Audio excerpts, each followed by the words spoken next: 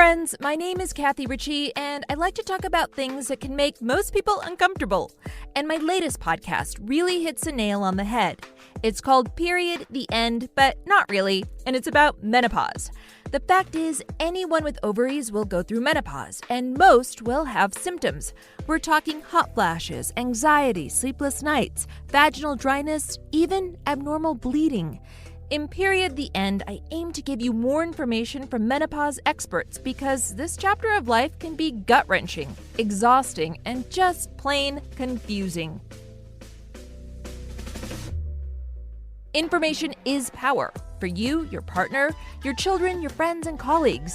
The other thing, this can be an incredibly isolating time for women, and now more than ever, we need connection. So let's get a little uncomfortable. In this episode, we dive into the big why. Why do we go through the change? We know pretty much everything related to our bodies happens for a reason. We have breasts for a reason, we have thumbs for a reason, and we go through menopause, possibly, for a very good reason. At least that's what some have hypothesized. I first heard of Kristen Hawkes, a distinguished professor of anthropology at the University of Utah, when I was reading the book Menopause Manifesto by Dr. Jen Gunter. So Gunter, who was not available for this podcast, wrote, and by the way I'm summarizing here, that when we think about evolution, we often think about survival of the fittest. But that doesn't apply to postmenopausal women because they're no longer able to reproduce.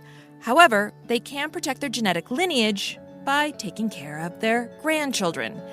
Enter Hawkes and the grandmother hypothesis. Her interest in grandmothers, which was a happy accident by the way, began in the early 1980s when she was studying the Hadza people, one of the last hunter-gatherer tribes left in the Great Rift Valley in Africa. It's a part of the world where we know our genus evolved, and it's also a place where these really big ungulates, these big herbivores, are doing very well. Think giraffes, pigs, and zebras and wildebeest. Lots of countries just on the southern edge of the Serengeti, and where the carnivores that compete for eating those guys are also there. Hawkes tells me that Hadza men would go out sometimes twice a day to hunt, and hopefully they bring something back for the entire community to eat. Except when they don't. The failure rate is so high, they succeed less than 5% of the days. Which means you've got to eat something else. Okay, slight detour here, but I promise it'll all come together. And the kind of beast we are, you have to eat every day, and that's especially true of little kids. So what's up with that? And let me just throw in the comparison with what we now know about the other living great apes. It is the case that the infants within the first year, while mom is still carrying them along and they're nursing, they are starting to feed themselves. Hawkes is talking about chimpanzees, and this part is really important. And so this comparison between us and the other great apes is so striking that the babies are starting to do this already within the first year. They're still drinking milk from mom, but when they're weaned, they get their own lunch. They are entirely feeding themselves. Human babies, not so much. Another difference between us humans and, say, chimpanzees are our birth intervals.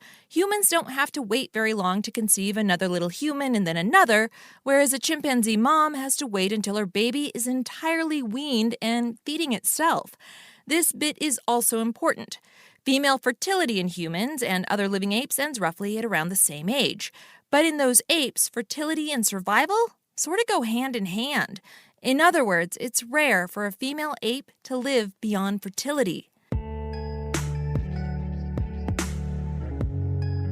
So keep all of that in your back pocket as we go back to the modern-day Hadza tribe where Hawkes is still observing the male hunters and their efforts to bring back a decent meal, which isn't happening as frequently as we might expect.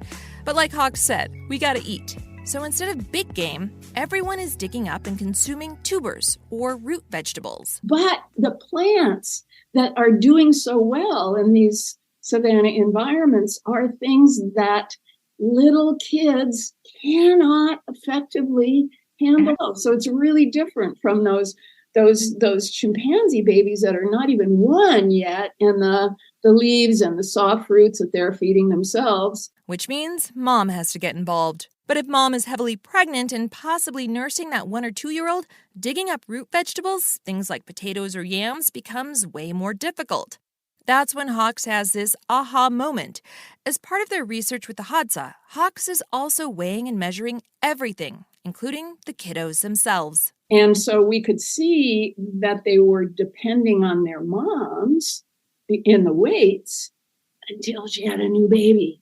And then, no, it isn't that she didn't forage anymore. She did, but her attention is slightly different. And so now how well these kids were doing and how well they were growing depended on their grandmothers. And so there was this trade-off right before our eyes where moms could have another baby without the previous one, being curtains for that kid. They are subsidized by grandmothers. And that's how the grandmother hypothesis, came finally into focus for us. Hawkes watched these grandmothers helping their daughters with all sorts of motherly tasks, like digging up those stubborn root vegetables to feed those itty-bitty toddlers who really can't, so their mother could continue to produce more offspring and therefore more descendants.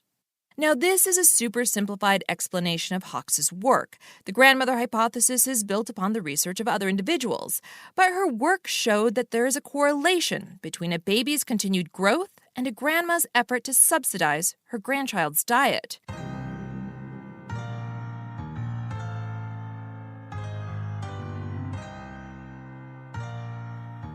Our grandmothers were everything. They improved our chances of survival, and it was because they no longer had to worry about getting pregnant. It's intriguing to think about our postmenopausal role in this way, that no longer being fertile is actually an evolutionary advantage if we want to pass on our genes, versus how it's often framed, at least in our society today, which is that we're no longer of use. And that clearly couldn't be further from the truth. Next time on Period the End, we talk about menopause around the globe. Well, I think you'd be surprised by how similar it is in many places, and at least in terms of hot flashes. I'm Kathy Ritchie, and thanks for listening.